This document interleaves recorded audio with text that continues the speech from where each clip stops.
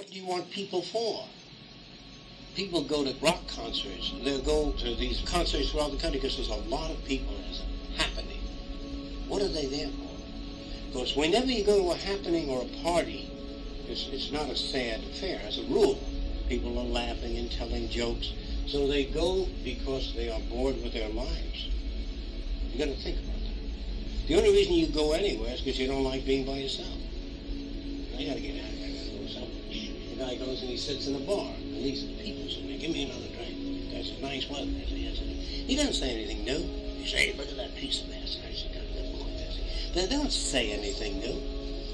They go there because they can't stand themselves. So then they go to a psychologist.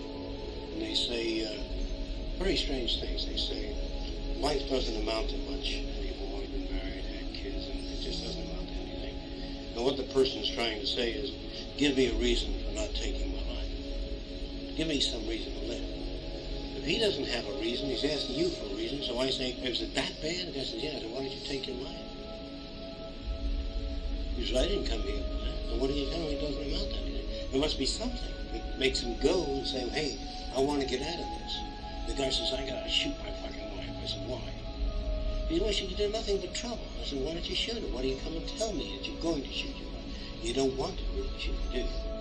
He said, well, no, but I wanted to get off my back. I said, well, she doesn't intend it. It's been 40 years now. She's been riding on your back. Is that right? I said, that's right.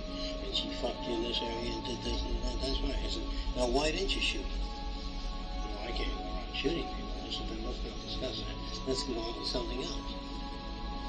And he says, well, I want to meet as a decent person, a fair person. I've been married 3 times and I got nothing but shit from my wife. So I said, are you decent? How decent are you?